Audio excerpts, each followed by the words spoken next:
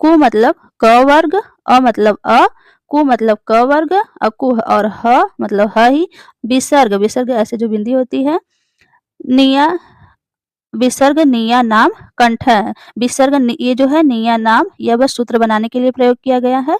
कंठ का मतलब कंठ से बोला जाता है। तो सूत्र के द्वारा मात्र इतने से आप याद कर सकते हैं कौन सा वर्ड कहाँ से बोला जाता है। तो अकू है विसर्ग निया नाम कंठ का मतलब है कि अ, क वर्ग, ह और विसर्ग जो है वह कंठ से बोला जाता है। और कंठ के अंतर्गत यही आता है, मतलब क वर्ग जो है क वर्ग के अंतर्गत आता है क ख ग घ ङ, क ख ग घ ङ, यह क वर्ग है। इसे कंठ पे से क वर्ग और अ और ह और विसर्ग को कंठ से बोला जाता है। नंबर 2, दूसरा सूत्र है ई चुयसा नाम तालु, ई चुयसा नाम तालु। इसका क्या मतलब है?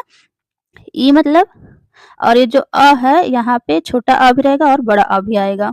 इसी प्रकार से इसमें ई, छोटी ई, बड़ी ई, चु मतलब च वर्ग, य मतलब यह, और ये जो स है, स मतलब ये वाला स नाम सूत्र बनाने के लिए यूज किया गया है। तालु, तालु मतलब तालु से बोला जाता है। तो छोटी ई, बड़ी ई, च वर्ग, य, स जो है तालु से बोले जाने वाले वर्ड हैं। और च वर्ग के अंतर्गत आता क्या है? च वर्ग के अंतर्गत च, छ, ज, झ, य जो है यह च वर्ग के अंतर्गत आते हैं और इन्हें तालु यानी या तालु से बोला जाता है और इन्हें तालव्य वर्ण कहा जाता है। तो दूसरा सूत्र भी हो गया। पहला सूत्र कु है विसर्गनीय नाम कंठ है। दूसरा इचु यसा नाम तालु। तीसरा सूत्र है रि टूरखा नाम मूर्धा, रि टूरखा नाम मूर्धा। बस आप याद कर लेंगे रि टूरखा नाम मूर्धा, तो इससे आपको पता चल जाएगा कि यह वर्ड जो है मूर्धा से बोला जाता है। तो इसको इसका विस्तार करेंगे तो री मतलब री आ जाएगा, बड़ी री, छोटी ई, री, और टू मतलब ट वर्ग, र मतलब र, और ये जो ख है, ख, ये वाला ख, ये मूर्धा से बोला जाता है।